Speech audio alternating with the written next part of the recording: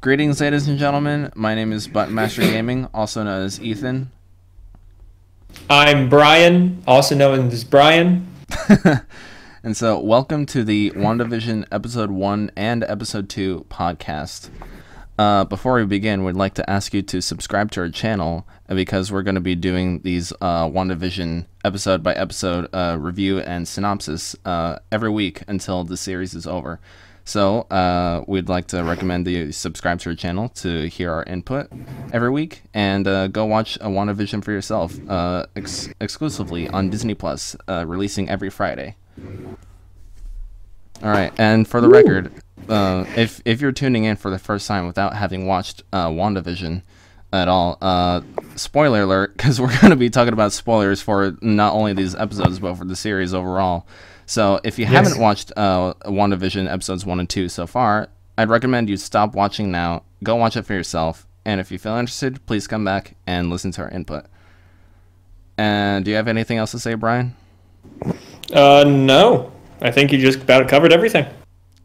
Alrighty then. So, let's see what else we need to. I guess we can pre-explain the analysis of how we're going to cover these videos. So basically, when it comes to my reviewing skills, I'm more focused, detailed oriented on the more technical aspects of it. So that would be more of video editing, cinematography most likely, and any tech stuff like lighting, props, sound, etc. And then what proficiencies of analysis do you have, Bryan?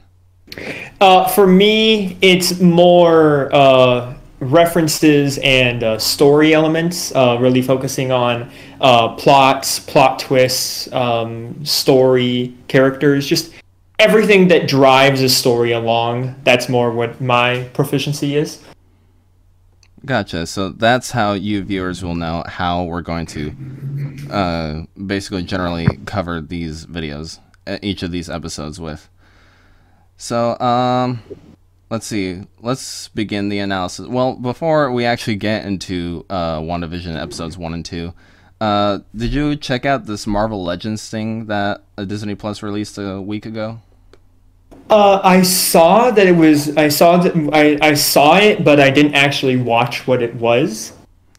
Okay, so basically, what Marvel Legends is, they say it's a new TV show that basically explains the history of Marvel characters within the Marvel Cinematic Universe. I guess just to catch you up, basically, because Gotcha. the first two episodes of it were focused on Wanda and Vision. So I wonder why.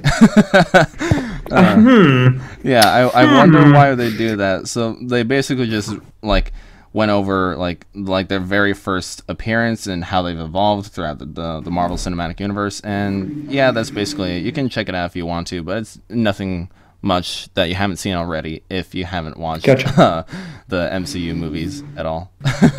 So okay, just want to ask that. And now we can get into episodes 1 and episode 2. Alrighty. Well, I guess we should start off where all stories start off, the beginning. So episode 1. Now, when they decided to make it two episodes, each 30 minutes for the first two, I thought it was going to be more of a part 1 and part 2 kind of deal. That wasn't it. Okay. But no. So as I was watching episode 1.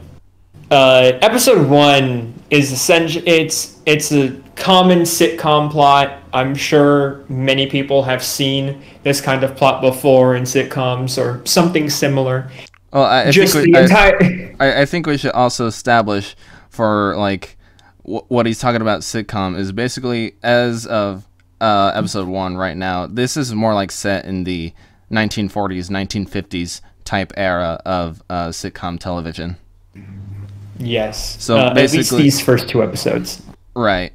It's because what I've gotten the impression from the trailers is they're I premise wise I really don't know what this show is about. Because from what I got from the trailer, it was just I didn't know what the threats were, what the stakes or what what the premise was generally. But I could totally tell that it was going for a more sitcom adventure-esque, at least of now, because later on they will show action and deeper stakes than it already does in episode 1 and episode 2.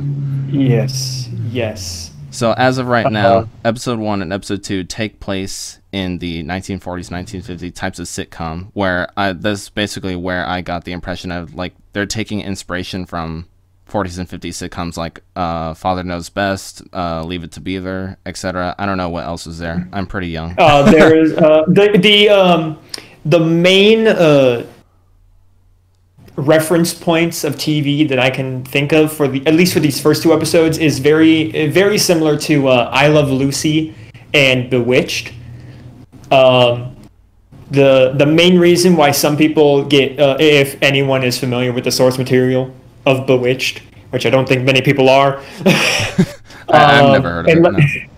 No. So Bewitched was a TV show that eventually got a movie in like the early 2000s starring Will Ferrell, and it was about a witch who fell in love with a ad executive.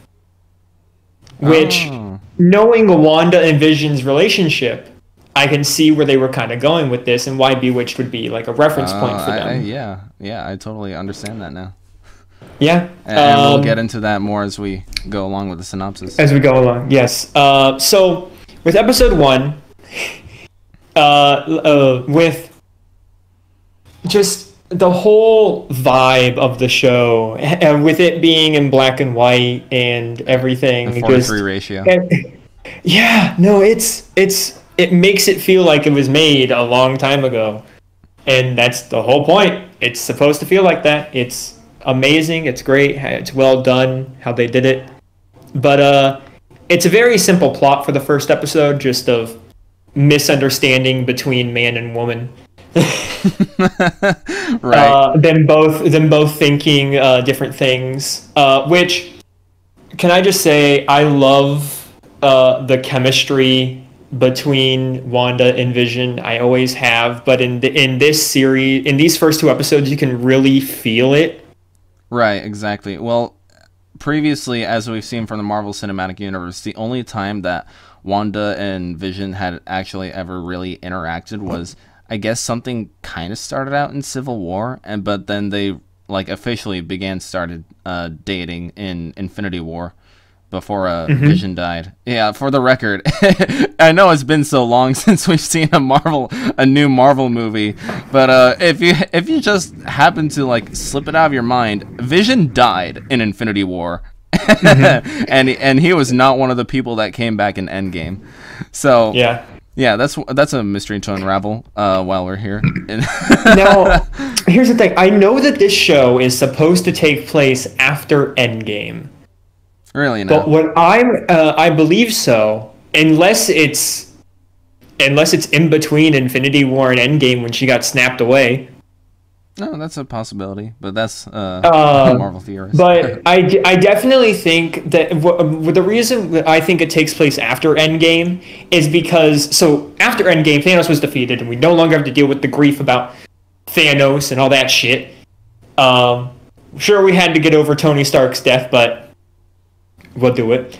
But I mean, so what I'm thinking that after the events of like Tony's funeral and all that, I think after learning who all was able to come back from the second snap, I believe that Wanda just fell into like some form of dimensional coma, stricken with grief over Vision's death, that she created this pocket dimension.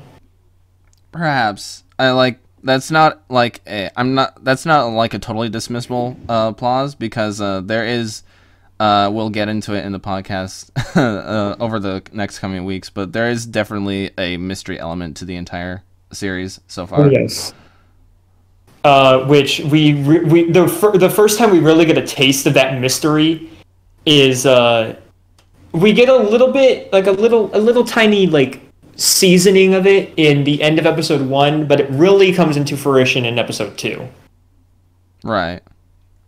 Now, I think it's time we actually decide to talk about episodes 1 and 2. I thought that's what we've been doing. Well, I mean, yeah, but I know, I understand. So episode 1, basic misunderstanding between man and woman, because woman thinks that it's some form of special day for man and wife. Man finds out that it's actually a dinner plan for his boss. That's because they looked at the calendar. They looked at today's date, and there's a heart on it, like like one of those hearts that you draw on your elementary school crush's card, for Valentine's. Yeah, one of those things. They put that on the calendar, and the two of them didn't even know why it was there. Yep, they banter for a little bit over what it could mean, which I actually do like the idea of them not knowing exactly what's going on at any given moment, because it does have a really big feel of feeling scripted.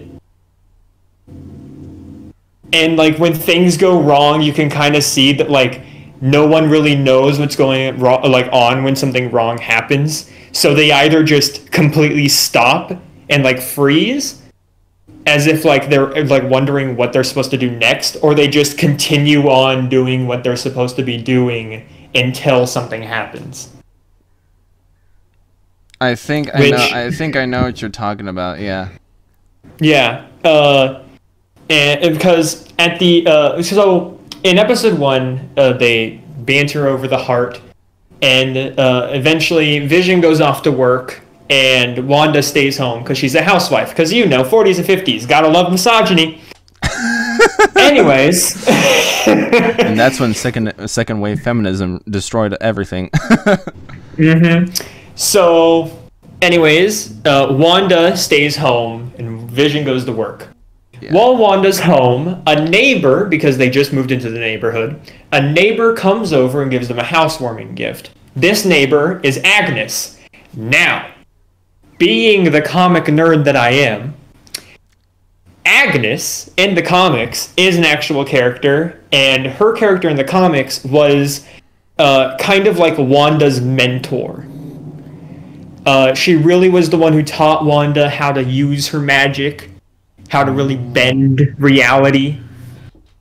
That's interesting. And so but right now, as of right now, all her role is in the show is just the comedic best friend to Wanda. Right. Because that's all she really is. Since Wanda is an already established character for like 7 years now in the MCU, it would be an awkward time to actually put like all this time she's had a master. Ooh, but no, yeah, there's totally like a different dichotomy between these two characters. Now that you're telling me this, basically what I explained of episode 1 is just after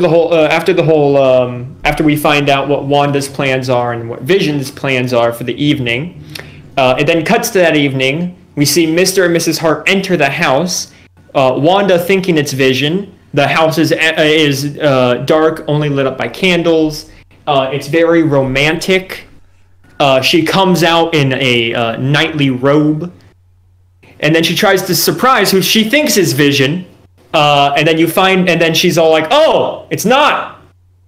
Hi." Right. and then they play about all these jokes of like she's European, and it's like this is just their customs, Mm-hmm.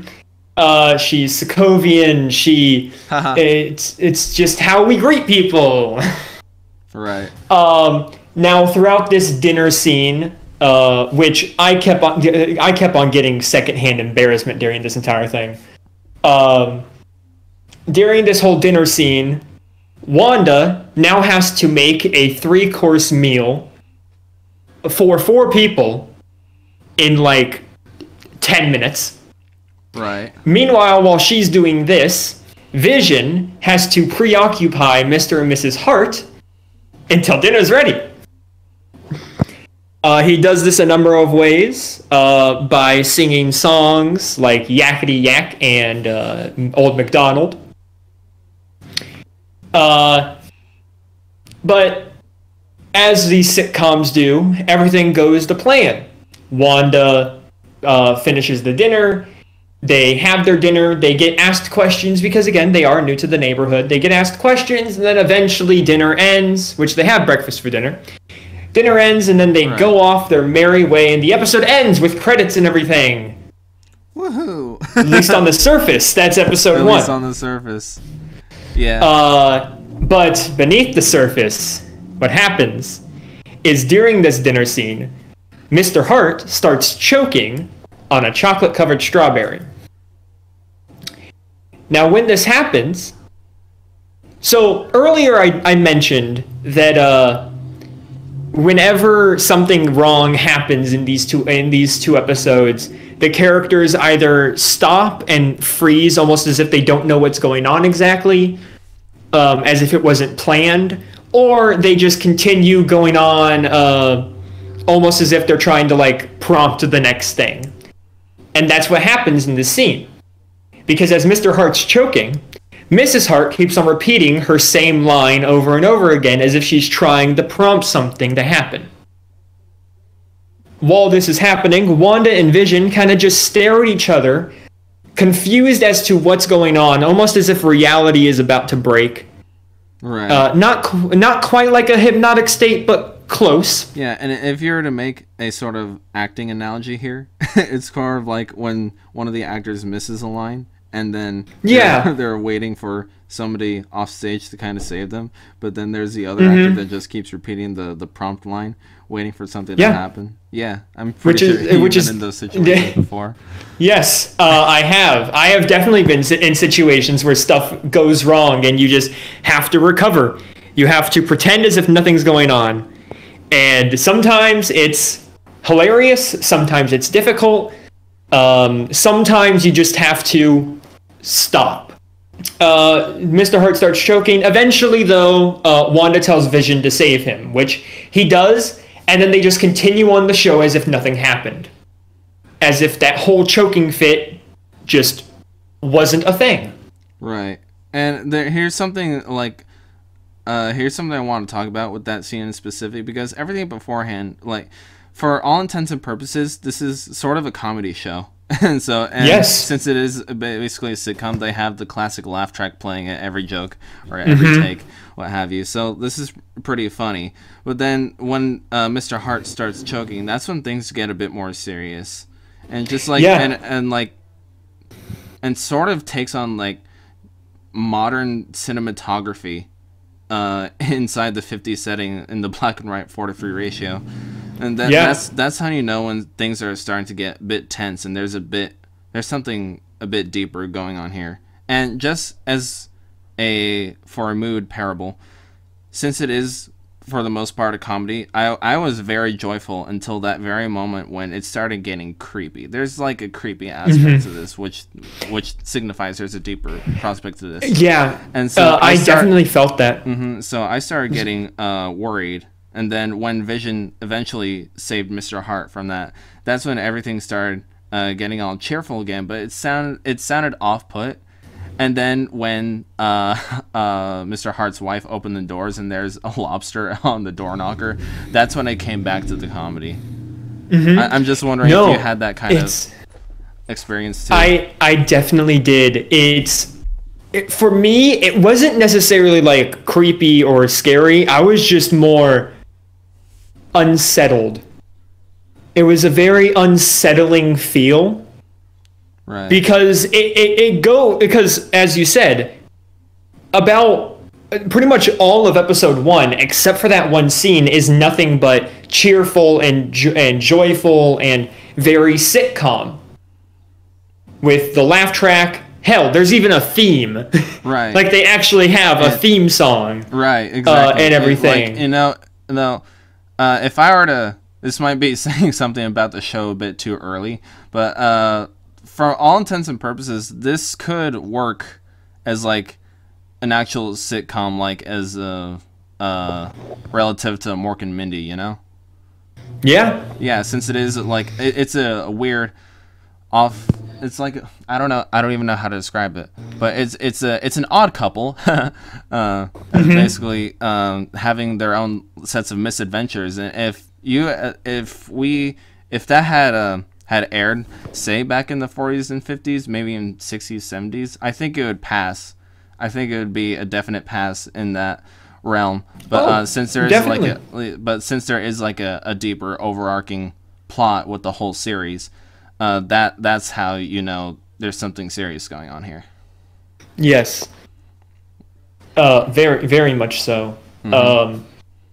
But yeah, so that one other thing is halfway through both episodes, there is a commercial break. Right. One commercial is shown. In the first two episodes, it is a piece of technology. In the first episode, we get a commercial for a toaster that all housewives need, made by Stark Industries. Oh yes, and I don't know if you noticed that during that specific commercial, as it was making that beeping sound, there's actually a red LED. Yes, yeah, I did. It was actually a red LED, and if you had forgotten already, if you haven't watched the series, I don't know why you're listening to this then. But as of right now, we're in black and white territory in 4:3 ratio, and so episode 2 goes into a bit more, but there's some sort of messaging when there's color within the black and white nature. And again, they do use the. I'll talk a little bit. I'll actually talk about it when we get to that in episode 2. But just. I have something about the whole like seeing color in black and white. All right. But yeah, in episode 1 it is a toaster made by Stark Industries. Then we get into episode 2. Episode 2 is very much more like an episode of Bewitched, especially with the theme song. And how it's all 2D animated, and they keep saying the same thing over and again in this jovial tune. Yeah. Because it was either Bewitched or Sabrina that had the same kind of intro of it being animated. Okay. Well, it also reminded me kind of Jetsons as well, because the animation style just reminded me of Hanna-Barbera for whatever reason. No, I definitely see it. Now, episode 2 also has a very simple sitcom plot of a talent show. Talent show is the overarching plot of the story. Magic show. No, it's a talent show. Really?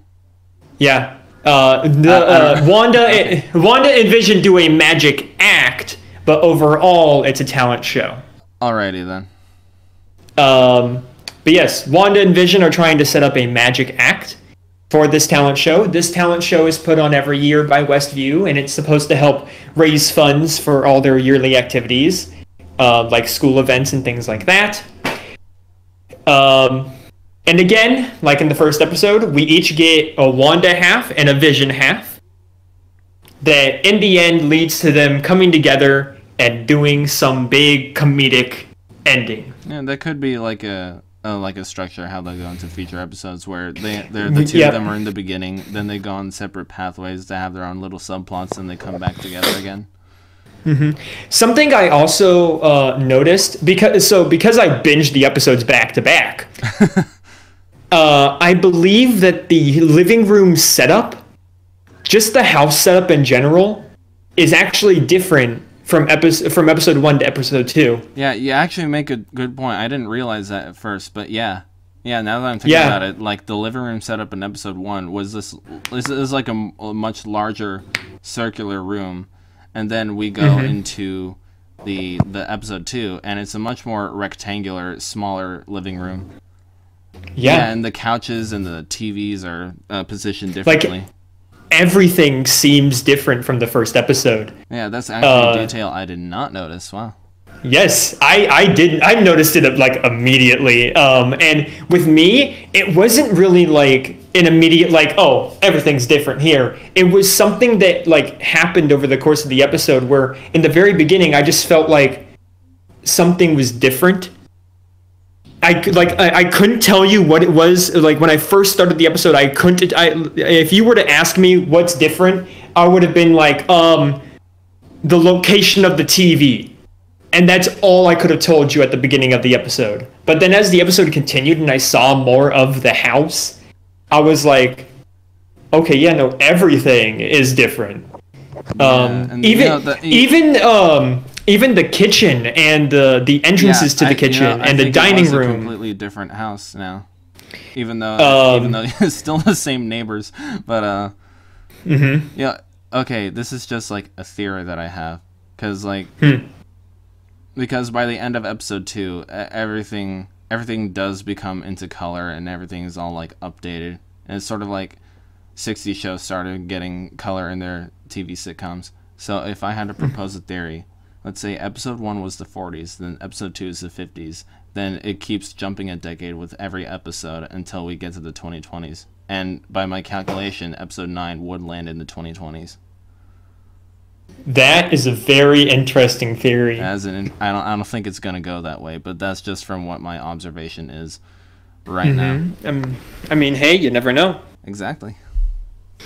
But yeah, so the Wanda plot of episode 2 has Wanda going to a committee of sorts, a planning party kind of thing for all the women in the town, all the housewives. We get to meet the top stuck-up bitch in town, Dottie. Yeah. She's like the leader of the gals. Right, and she's stuck up bitching too. Now, before we actually get into the starting of the Wanda plot, this kind of leads into the Vision plot of things, but I'll still mention it. In the beginning, Wanda and Vision are scared by a thudding outside, which I found the whole like Vision being scared thing hilarious. Yeah. I don't know why. Just him acting like a child, even though he's a robot that literally has a laser in his forehead. I just found that hilarious, of him cowering behind a bedsheet. And so, but they find out that it's just the tree branch hitting the window. Well, this leads Vision to want to go to the neighborhood watch the next day and everything. That's Vision's plot, but we'll get into that. So before Wanda's plot starts of her going to Dottie's house, to Dottie's country club, she sees a colorful helicopter toy in the bushes. Yeah, now this is where I want to. Yeah. Yes. Now this is where I want to start talking about the whole color in black and white thing. Alrighty then. When it came to the toaster, I obviously noticed that it was color in black and white, but it didn't really. The only thing that really set off to me is when it started beeping. I was like, is it a bomb? Is it going to explode? Like, what's going on here? But yeah. That's all I really thought about it. That's all I really thought about it in the moment. But when I finally saw the color helicopter in this black and white world, something about it was just unsettling to me. Because it shows, by her seeing that it's different, because if it was just a helicopter toy in the bush, then she would have been like, oh, someone lost their helicopter toy. And then she would have probably would have asked Agnes about it or something. And it would have just gone on. But because it wasn't part of the show, and because she noticed something was different about it, that proves that she sees the world as black and white. Right. Well, everybody else. She doesn't. I don't necessarily think everyone else sees the world in black and white. I think the only people that see it in black and white are Wanda and Vision. And the reason why I say this is because they both react to the color shift at the end of episode 2. If it was just Wanda who saw in black and white, then only she would have reacted and Vision would have been like, hey, you're silly. But because they both react, it shows that they both see the world in this way. Yeah, no, that's a very interesting point. Yeah, that's correct.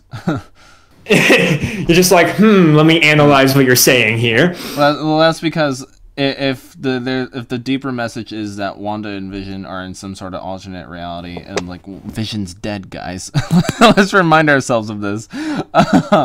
Like everybody else within the universe that could potentially be artificial, like they're just living their normal daily lives. And if we're gonna go back into a tangent from episode 1, like the reason why they don't know what the significance of the heart on the calendar today's date was, and then they start getting into all these whole questions of like, what is this, our anniversary? Yes, no, how did we get married? So like there's a deep mystery in episode 1 of like how these two ever got together, because from what we can tell, they don't know.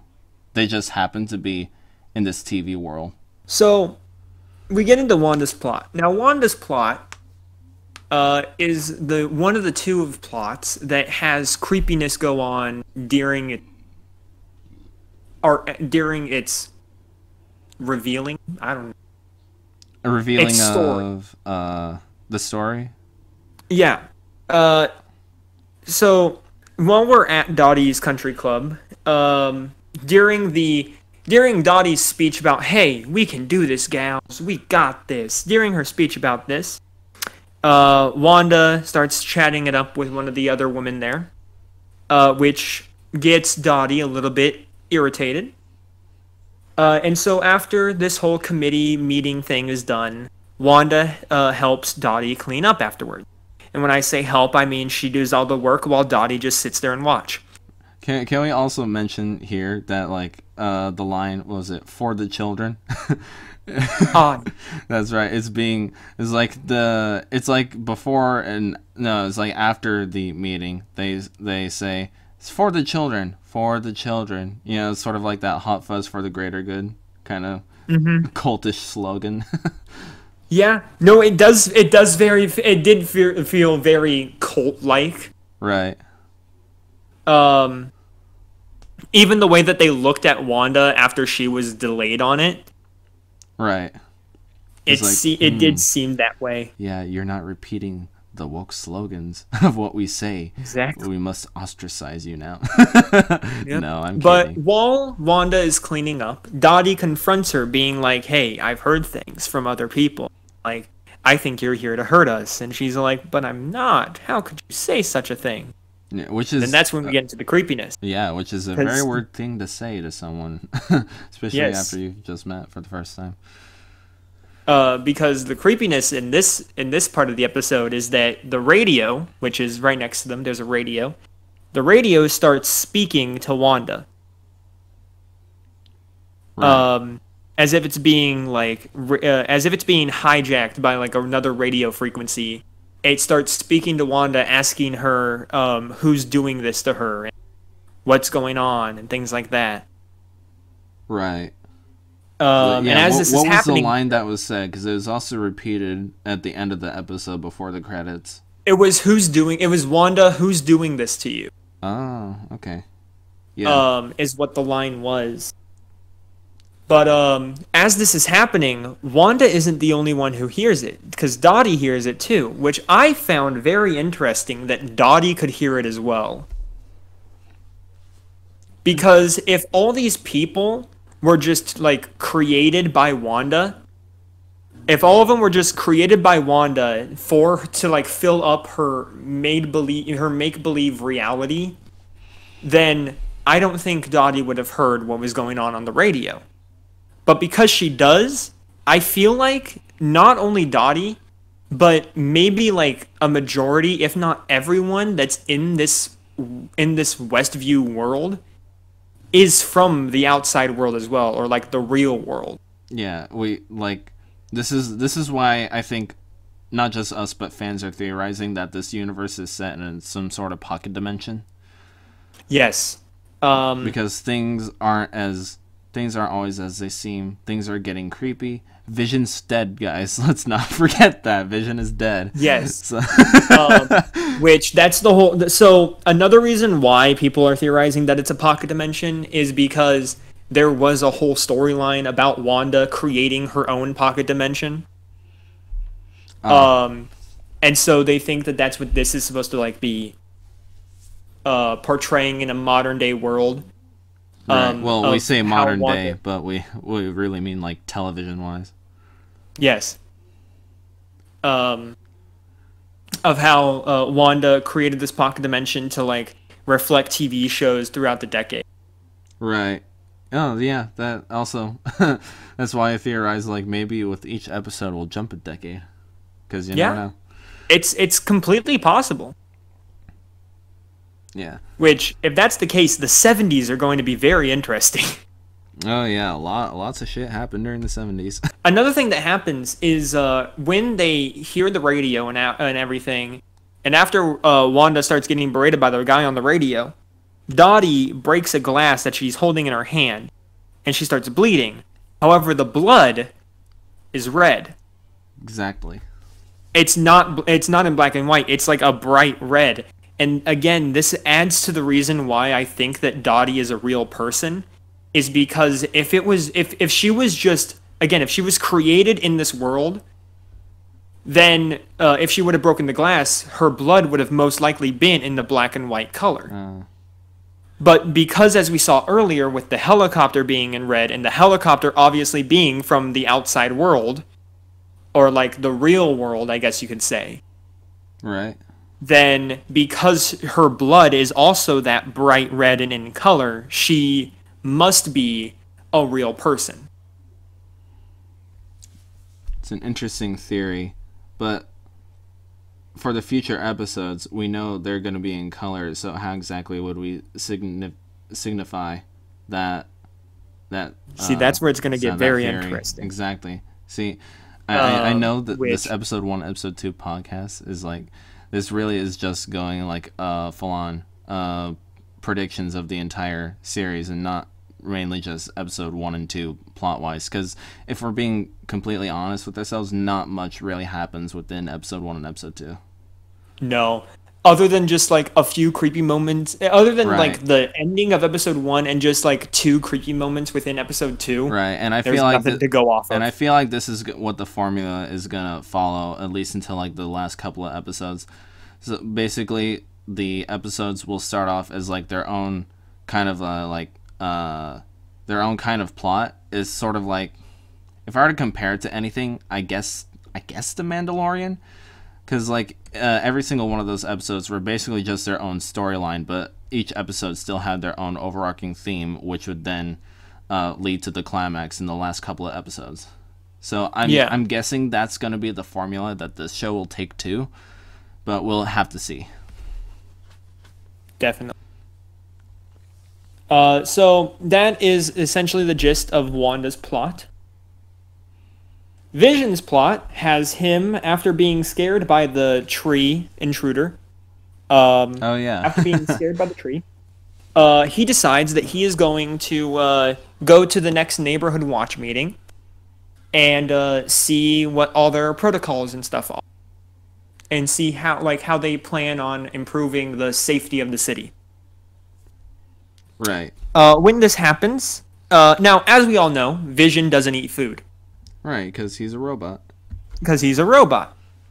Well, while he's at this neighborhood watch meeting and he starts chatting it up with the boys, as he's just chatting it up with the boys, he's trying to figure out what other policies are and what other plans are. And honestly, the neighborhood watch in this town is just... Right, the meeting is not very serious. No. Their definition, their term new business just refers to... What was it? It was some form of pastry. I don't know. It's like some sort of raspberry donut or something. I'm not really sure. It was like it's like those like the Pillsbury Doughboy things that you can make. Right. It's those kinds of pastries. I don't remember the exact name for them. But that's what they refer to as new business. And also, the one dude is a communist. You see. Yes, which they joke about. Exactly. Man, the 50s were interesting. Yes, they were. But what happens during this Vision plot is Vision is peer pressured into trying some gum. When he tries this gum, he accidentally swallows it. Yeah, it's like one of the dudes at the meeting patted him on the back because they found him. Man, I thought this dude was a nerd. He's a good guy. Pats him on the back, and that's when Vision accidentally swallows the gum. Yep, which leads into a little animated sequence where we see the gum travel down in animated vision, and it gums up his works, literally. Right. Yeah, it's like the little piece of gum. It's animated, it has eyeballs and everything, because so it then goes down his stomach and intertwines with his gears. Yeah, and that's why then, because the gum gunks up his gears, he basically comes to the talent show as basically a drunkard. Yeah, which I found that very funny, that that Vision's works getting gummed up is essentially him being drunk. Yeah, I think there's something, maybe satisfactory is not the word, but there's something very fascinating with seeing Paul Bettany, who used to be this disembodied voice in the MCU and then became this godlike superhero later in the MCU, is now acting like a drunkard. Yeah, exactly. This is when we get back into the funniness of the plot, of where they do their magic act, but throughout the magic act, Vision starts using his actual powers because he's drunk, and Wanda has to cover it up because no one knows that they're super powered. Right. So Wanda has to constantly cover up for him. Like when Vision flies, Wanda has to magically make a rope and pulley system appear. When he lifts the piano, she makes it a cardboard cutout, and again, a man in the audience is all like, "That was my grandma's piano." Which this show has really good comedic timing and really good jokes. Yeah. I feel like we're in for lots of laughs with the show. Oh yes. But as the magic, but nothing really serious happens during the magic act. They just think it's the funniest thing ever. They do eventually get the gum out of him, and he goes back to normal. And they just want to forget the whole thing because they think they completely embarrassed themselves. But because it's a sitcom, everything has to have a happy ending, and so they win an award for being the funniest act there. Yeah. Then they go home for the night. Yeah, keep going. Yes? I'll get to my point once you're done. Yes. So then they go home for the night. They go home, and then they talk about how they won and everything. They start talking about that. Then they hear another thudding outside. And them thinking it's the tree again. Vision's all like, if it's that tree again, I'm going to just rip it out from the roots. They go outside, and they realize it's not the tree. Instead, they see a sewer grate in the middle of the road open, and they see a man in a beekeeper outfit with bees surrounding him, crawling out from the sewers. Yeah, at least I think it was a beekeeper outfit. No, it was there were actual bees swarming him, and so I thought, I was like, huh. Is this the pain from Metal Gear Solid 3? Yeah. But okay. I want to ask you if that beekeeper character has any significance within the comics. As far as I know, no. The only guess I have as to who he is I think he might have been the man on the radio. Really? But that's all. Again, this episode just keeps you guessing because they kind of leave you on a cliffhanger with that. Right. Because Wanda sees him crawl out, they look at each other, and then Wanda just says no, and then she rewinds the episode and changes the ending. Yeah, which is pretty wild. Wanda then gets pregnant. And which earlier in the episode, back when they got scared, and then their beds moved closer together and stuff, and they made it to a single bed instead of two separate ones, they do boink. Which I'm just honestly, I am confused as to how the hell this works. Look, I can believe that Vision has human anatomy. I can believe that part. But Does he have his own special love juice? Hey, Bryan, I want to remind you, Vision's dead.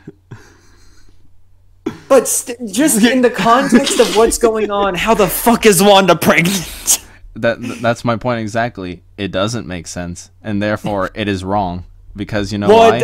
Same with how she is like near the end of her first trimester when it happens. Like she goes from completely flat stomach to just instantly like, oh my god, we're like 4 months pregnant. I know, right? But you see, that's the thing, because we have to remember, Vision's dead. So and this is all just in a weird pocket dimension. Exactly. But yeah, and so that basically ends episode 2. Obviously the swap to color. The swap to color is like the whole magical transition where no more black and white. And I don't remember if the aspect ratio changed. That's something to keep an eye on with the series viewers. Yes. Is like pay attention to how the aspect ratio of the screen is throughout the thing. Because if I had to predict anything, maybe this could be a possibility with any like future episodes. They could go back and forth. That's also another possibility they could do. So just like keep an eye on the aspect ratio if they ever do decide to do that. Definitely.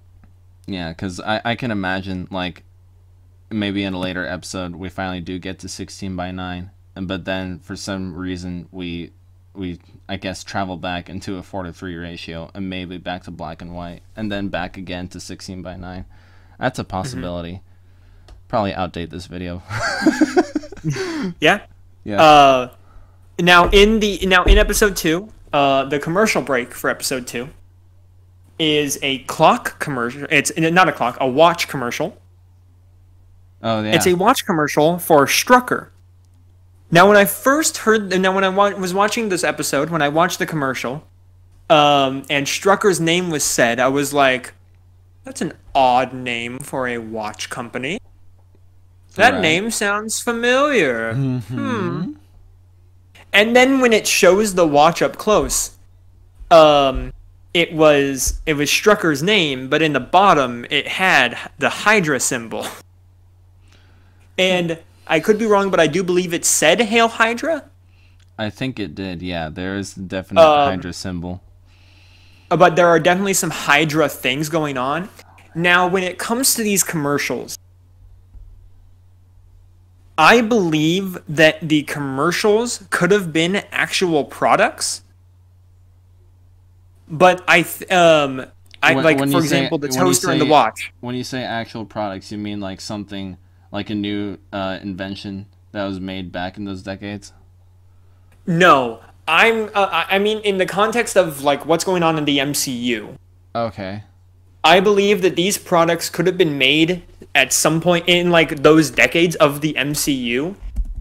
I believe though that the names used are made up in this pocket dimension.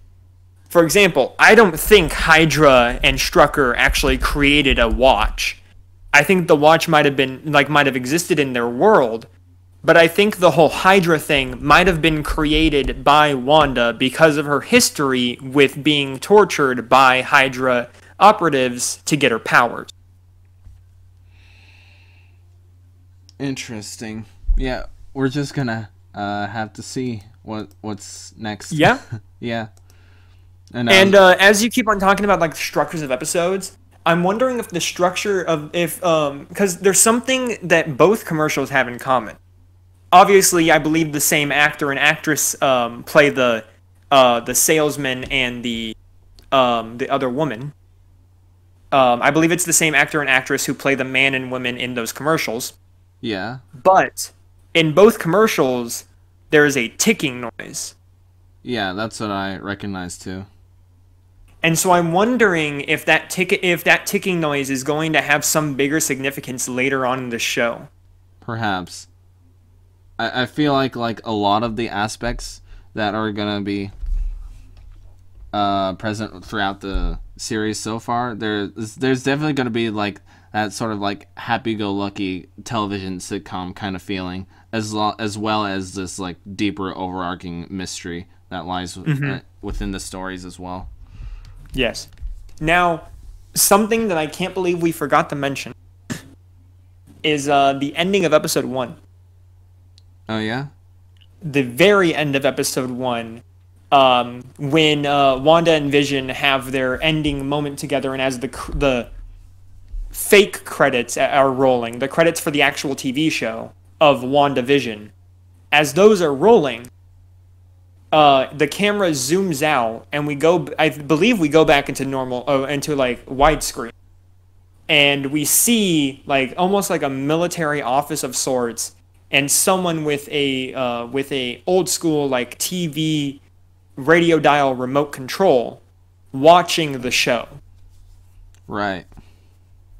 So yeah, I think it's safe to assume this is indeed what Wanda is living in, is a pocket dimension. But the question is, who or why was this pocket dimension made? And if people have like television vision to see what's going on in there, why is this happening? So that's going to be a mystery that I think will unfold within the coming weeks. Yes. The only theory that I really have is that she created this pocket dimension because she was stricken with grief because of Vision's death. The only reason why this theory doesn't necessarily work is because in episode 2 we get the man in the radio who says, "Who's doing this to you?" Right. Indicating that something must have happened to her, and that's why this is happening. Right. Because basically, we don't really know what happened to everybody, well, besides Spider-Man, after Endgame. So, yeah, I guess everybody kind of like trailed off and did their own thing. Yeah. Now, the only thing I can think, if someone is doing this to her, the only thing that I can possibly think of as to why a pocket dimension would be what she's in is if she used it as an escape method. Oh, perhaps. As if she's like running away from something. Right. And that's why she's using this pocket dimension. Perhaps. Yeah, I knew this podcast was going to be more of like a general prediction of what the series might be, and less of a synopsis of what happens within these 2 episodes. I just knew that was going to be the nature of how this podcast would go, because within these 30-minute episodes, well, they're very short, for one. They're very short. Yeah, exactly. They don't hold a lot. All they really give us is just a little like taste of what's next. Right. They're not really. I think that's why they decided to make it a 2-episode thing for the first 2, is because they knew that these first 2 episodes were just going to get us introduced to like what to expect for the show, but nothing too much as to give anything away. Right. But yeah, no, these first 2 episodes were very well written. They were very well done. And I just can't wait to see where the story goes. Right. Me too. Because, like, I think it's very nice for, like, this TV show kind of nature of how TV show procedures work. Is because, like, these are much more smaller stake kind of adventures as compared to the actual movies in the Marvel Cinematic Universe. That's why I really like these 2 episodes for being these sort of, like, and especially with the 40s and 50s television sitcom era, it was like these stakes feel very minuscule, but in a good way, and as a lighthearted way. Yes, right. I very much feel the same. Right, and it's like it was very, like during the magic show in episode 2, I was very like. You know how it's like a big climactic thing and you're like on the edge of your seat? Mm-hmm. Yeah, I kind of felt that way with how everything was playing out during the magic show. Yeah. It was for stakes completely different than what we've seen before in the MCU. And I think that's one of the biggest things to take away from this series as a whole. This is going to be different. Like, a lot different than what we've seen before in the MCU. I think that might be why I like it so much, is because it feels like a breath of fresh air. Right. And since we've like had like a year with no Marvel movies, I kind of I know why they did it, because gonna outdate this video. There's a pandemic going on, guys. So What? I know, it's kind of wild. We were wearing masks like idiots. What the fuck? Huh? But basically, I feel like I kind of liked having the gap year in between movies, well, MCU material. Yeah. Because it gave us a whole break from having to like constantly think about and constantly be invested. We took a break from giving Disney our money. Yeah. We substituted it by giving Disney more money by letting us watch shows via Mandalorian. Yeah, but I'm glad there's a gap year in between, because as the schedule that they have set up for 2021 right now, we have about 4 TV shows and 3 movies. Dear God, I don't think that's going to happen. I really don't. Because literally, WandaVision will stop airing the first season on March 5th, and literally 2 weeks later starts episode 1 of Falcon and Winter Soldier. And I think they're going to keep pumping out episodes. They're going to have a 2-week break, and then they're going to go right into the next series and then next. And it's going to be draining as all hell, and I'm actually not looking forward to that aspect. Yeah. See, what I'm wondering is as well as on top of 4 movies that they've slated for this year, which I don't think that's going to happen, and I think Marvel really needs to moderate their content a bit more and just not keep pumping out stuff. They've got about 14 things on their to-do list, and they all come out within the span of 3 years. No way in hell is that happening. Yeah. See, what I'm wondering is if all the Marvel shows are going to be I wonder if they're all going to be released weekly, or if they're all or if some of them are going to be the entire show is released at once, while others are released weekly. Maybe. Because obviously, as we know, WandaVision is being released weekly, but who's to say, for example, Marvel's What If?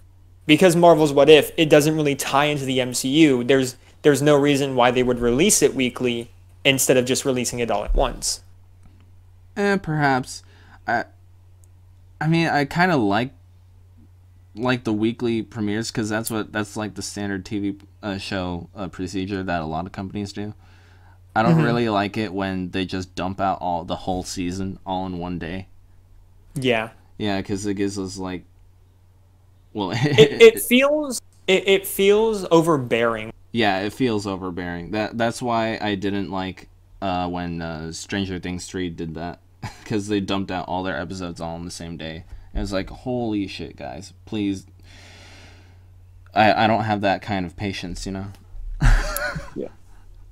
So to end this off, unless you have more to talk about, end this off. Do you want to just give a favorite moment, a favorite line or something from the first 2 episodes? Yeah, that's what I was thinking too, guys. I think generally speaking, I just like the overall tone of how the individual plots were kind of misadventures, sitcom misadventures, because I generally like the style of what this is going for, and then I'm also interested in what the overarching mystery will lead up to.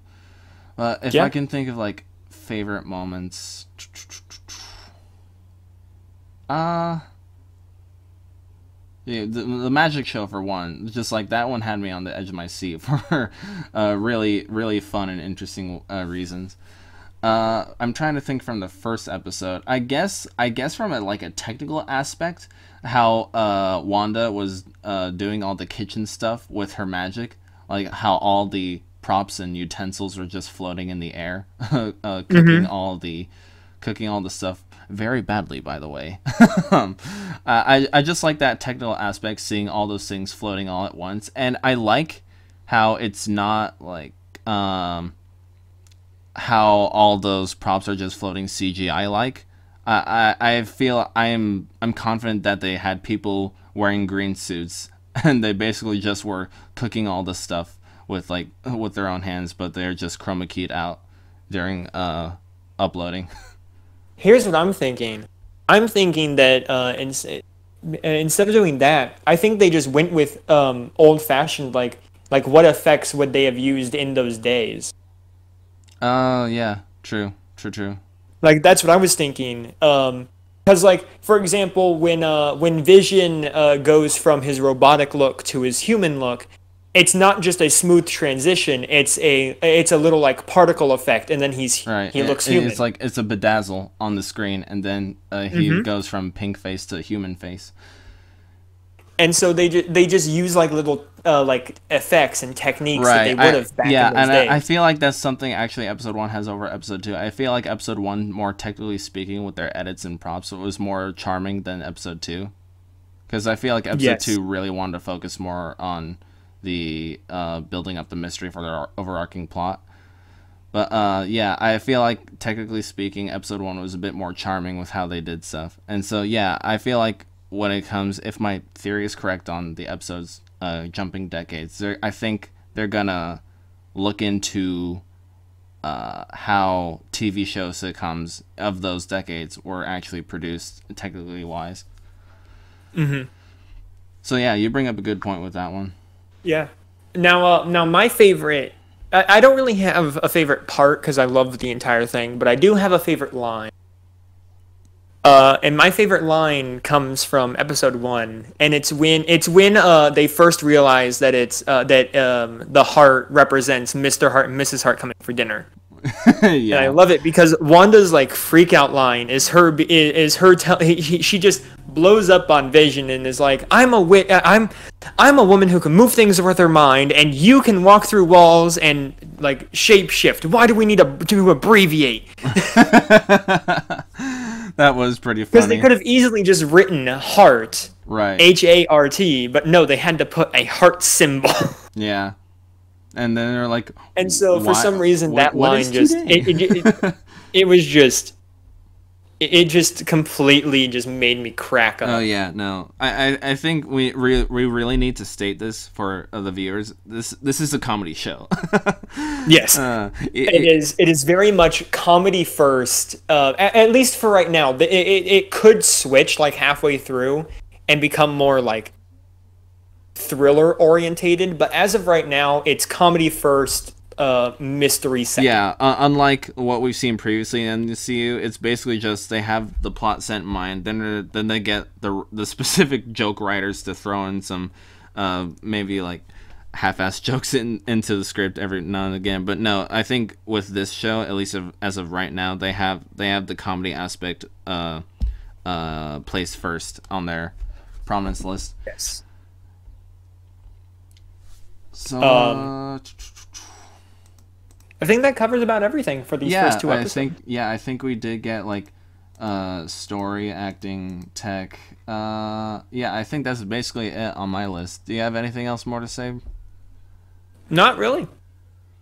Alrighty then. So I guess this will end today's podcast of WandaVision episode 1 and 2. This is going on for about an hour and a half with some technical mishaps in between, but you know, yes, I don't post-production. Right, exactly. I don't expect like the future episodes to be this long because I feel like we've gone over everything that will generally happen, general predictions of what will happen in the coming weeks. But I think the next couple of episodes will be more focused on the synopsis of the stories. Yes. Right. So, normally I would say predictions for what's going to happen in the next episode, but that was the entire point of the podcast. Woo! Exactly. So, I guess we will see you guys here next week for WandaVision episode 3. I am ButtonMasterGaming for the Gamebox. Well, Pixel Venture Commentary is the Gamebox, and this is Bryan. From what you just said. I was expecting you to say my house. Yes. Bryan that from too. My house. All right, so no, I'm in the middle of the street, you know. Oh yeah, you're just waiting to get. Are there any beekeepers out there? You see? Sadly, no. No. But there is a crackhead that keeps talking to himself. Oh, you know, I legit was thinking when the beekeeper came out of the manhole, I was like, oh, that's Pennywise. The crossover we didn't know we needed. Exactly. They say Avengers Endgame was the most ambitious crossover. Nah, fam. Alrighty. I think that'll cover us for this week. Please sure to subscribe to the Gamebox channel so you can keep up with our TV show podcasts. And go over and watch WandaVision yourself if you haven't already. I don't know why you stuck around with this and listen to our voices. But check out WandaVision, stream exclusively on Disney+. And we'll catch you guys next week with WandaVision Episode 3. Say bye. Goodbye, Bryan. Goodbye. See you next week.